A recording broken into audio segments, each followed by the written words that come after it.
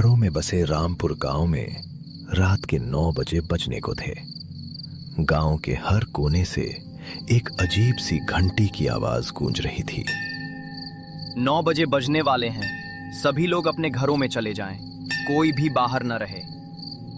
सरपंच विक्रम सिंह बोला, सब लोग घर पहुंच गए ना? जी सरपंच साहब, बस 2-3 लोग और हैं। तू जानता है ना 9 बजे के बाद क्या होता है? फौरन सबको घर भेज।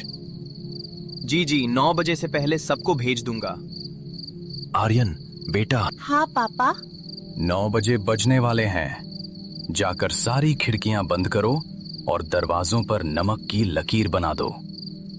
पर पापा, ये नमक की लकीर क्यों बनाते हैं हम रोज? बेटा, ये हमारी सुरक्षा के लिए है। जल्दी जाओ। गांव की दुकान पर। अरे काकी, एक चाय तो बना दे। अरे बावले, 9 बजे बजने वाले हैं, भाग जा यहाँ से। अरे बुढ़िया, ये सब बकवास है, मैं नहीं मानता इन बातों को। तू नहीं मानता तो फिर बता, पिछले महीने राजू कहाँ गया जो 9 बजे के बाद बाहर था? वो शायद शहर चला गया होगा। हाँ, जा अपने घर जा और आज रात नमक की लकीर जरूर बना लेना। पूरे गांव में सन्नाटा छा गया। हर घर की खिड़कियां बंद थीं और दरवाजों पर नमक की सफेद लकीरें चमक रही थीं। आर्यन अपने कमरे में था। उसने सब कुछ किया था, खिड़कियां बंद, नमक की लकीर, पर उसे अभी भी समझ नहीं आ रहा था कि आखिर ये सब क्यों। अचानक खिड़की पर दस्तक हुई। आर्यन की सांसें रुक गईं। भैया खोलो ना, मैं अनिल हूँ, मुझे बहुत डर लग रहा है। आर्यन पहचान गया। अनिल उसका दोस्त था जो पिछले महीने गायब हो गया था। अनिल, तुम कहाँ थे इतने दिन? आर्यन दरवाजे की तरफ बढ़ने लगा, पर तभी उसे अपने पापा की बात याद आई। 1 हफ्ते पहले।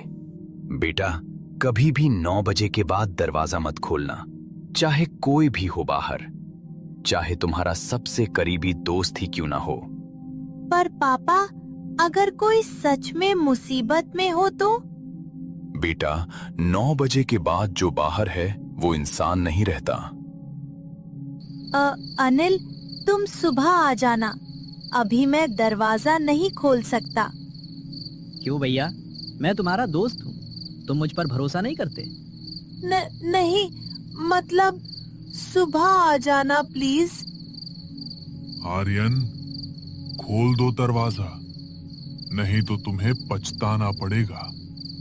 आर्यन ने झटके से पर्दे बंद कर दिए और अपने पापा के कमरे में भाग गया।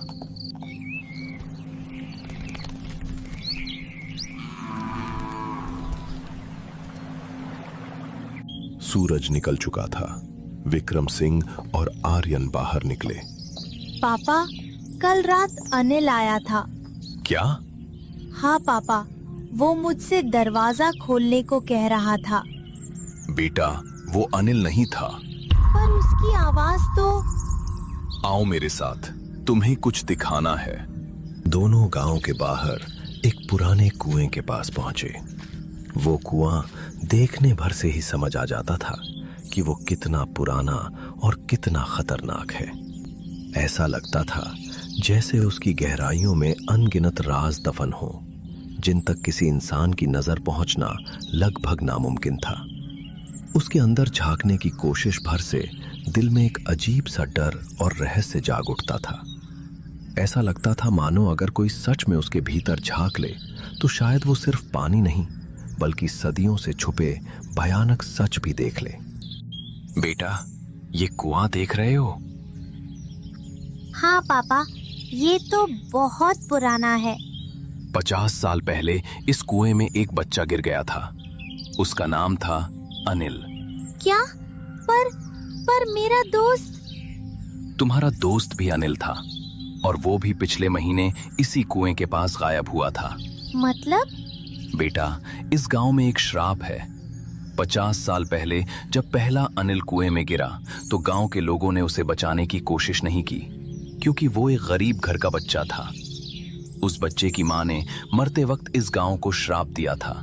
उसने कहा था, जैसे मेरे बेटे को अकेला मरने दिया, वैसे ही हर 50 साल में इस गांव का एक बच्चा उसका साथी बनेगा। और नमक की लकीर? नमक एक पवित्र चीज है। ये उन आत्माओं को घर में आने से रोकता है, पर अगर किसी ने खुद दरवाजा खोल दिया तो नमक भी नहीं बचा सकती। पर पापा, क्या कोई तरीका नहीं है इस श्राप को खत्म करने का? है एक तरीका, पर वो बहुत खतरनाक है। रात 9 बजे बज गए। रमेश अपने घर में बैठा शराब पी रहा था।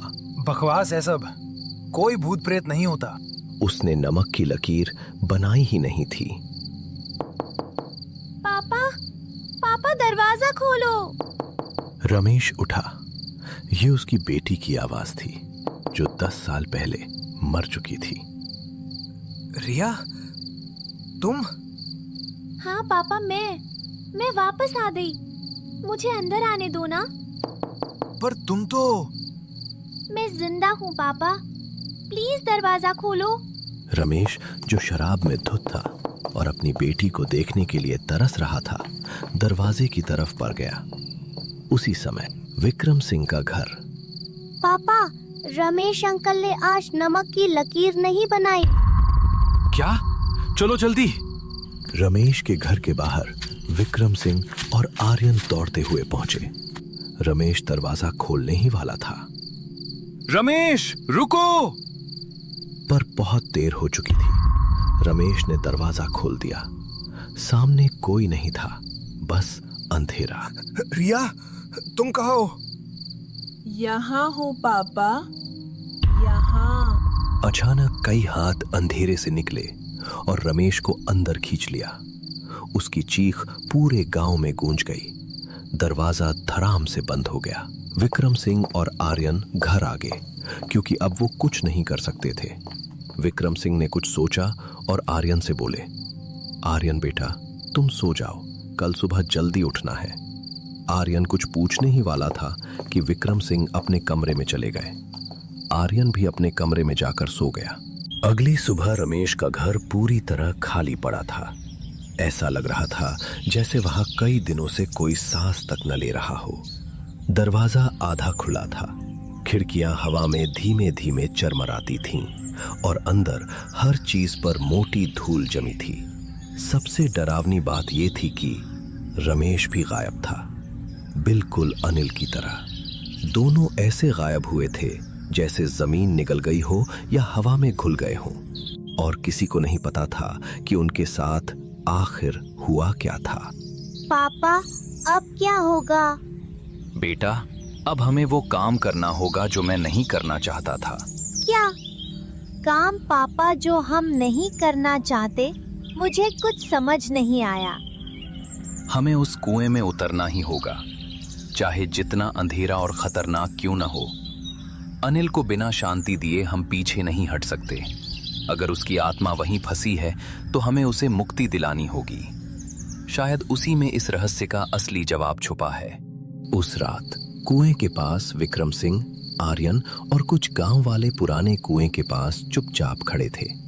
रात के 8:50 बज रहे थे और आसमान बादलों से घिरा था। थोड़ी थोड़ी हवा चल रही थी जो पेड़ों की पत्तियों को इस तरह हिला रही थी जैसे कोई अदृश्य हाथ उन्हें छू रहा हो। कुएं के आसपास घना अंधेरा फैला था और पूरा माहौल एक डरावनी खामोशी ओढ़े हुए था। सबकी नजरें कुएं की गहराई पर टिक गईं, क्योंकि आज कोई रहस्य खुलने वाला था। याद रखना, हमारे पास सिर्फ 10 मिनट हैं। 9 बजे बजने से पहले हमें वापस आना होगा। पापा, मैं आपके साथ चलूंगा। नहीं बेटा, तुम ऊपर रहो। अगर मैं 9 बजे तक वापस ना आऊं तो रस्सी काट देना। कुएं के अंदर विक्रम सिंह धीरे धीरे नीचे उतर रहे थे। कुआं बहुत गहरा था, नीचे सिर्फ अंधेरा था। जैसे जैसे वो नीचे जा रहे थे उन्हें अजीब सी आवाजें सुनाई देने लीड्स। यहाँ मत आओ, तुम भी यहीं रह जाओगे। पर विक्रम सिंह रुके नहीं। आखिरकार वो कुएं की तली में पहुंच गए। वहां पानी नहीं था, बस एक छोटा सा कंकाल पड़ा था, एक बच्चे का। मुझे माफ करना बेटे, हम सब गुनहगार हैं। नहीं, अब तू नहीं बचेगा। तुझे सच में लगा कि तू इतनी आसानी से यहाँ वापस आ सकता है? कितनों को चेतावनी दी थी, फिर भी 9 बजे के बाद बाहर निकले, और सबका अंजाम तू जानता है। और अब तू भी वही गलती दोहरा रहा है। इतना सब देखने के बाद भी हिम्मत करके इस जगह आने की सोची? क्यों आया? किस लिए? क्या चाहता है? मुझे माफ कर दो। मैं जानता हूं हमने बहुत बड़ा अपराध किया है। इस गांव ने बहुत लोगों को दुख दिया, बहुत आत्माओं को भटकने पर मजबूर किया, लेकिन हम बदल गए हैं। आज हम डरकर नहीं, गलती सुधारने आए हैं। कृपया उन्हें माफ कर दो, वरना ये गांव कभी सांस नहीं ले पाएगा। माफ? इतनी आसानी से? वो रातें जब कोई चीख भी नहीं सकी, वो लोग जो लौट कर भी जिंदा नहीं रहे, उन दर्दों का हिसाब कौन देगा? तुम? अगर हिसाब चाहिए तो ले लो, लेकिन इस गांव को एक आखिरी मौका दो। हमने आज तुम्हें बुलाया है छुपने नहीं, सब खत्म करने के लिए। ऊपर 8:58। पापा, सिर्फ 2 मिनट बचे हैं। विक्रम, जल्दी ऊपर आओ। पर कोई जवाब नहीं आया। 8:59। पापा, 1 मिनट, प्लीज ऊपर आ जाओ। तभी रस्सी में हलचल हुई। 9 बजे घंटी बजने लगी। पापा! विक्रम सिंह ऊपर आ गए, बिल्कुल समय पर। उस रात के बाद से गांव में सब कुछ बदल गया। 9 बजे के बाद कोई आवाज नहीं आती थी, कोई दस्तक नहीं होती थी। श्राप टूट गया था। पर एक रात आर्यन अपनी खिड़की से बाहर देख रहा था। तभी उसने दूर से एक छोटे बच्चे को देखा। वो बच्चा मुस्कुरा रहा था और हाथ हिला रहा था। वो पहला अनिल था, पर इस बार वो डरावना नहीं था, वो शांत था। आर्यन ने भी हाथ हिलाया और बच्चा धीरे धीरे अंधेरे में गायब हो गया। कुछ कहानियां खत्म हो जाती हैं, पर कुछ सवाल हमेशा रह जाते हैं। क्या रमेश वापस आया? नहीं। क्या अनिल का दोस्त मिला? नहीं। पर एक बात तय है, कभी कभी हमारे गुनाहों की सजा अगली पीढ़ियों को भुगतनी पड़ती है। और हां, अगर कभी रात को कोई आपके दरवाजे पर दस्तक दे तो पहले देख लेना वो कौन है, क्योंकि कभी कभी जो दिखता है वो होता नहीं है।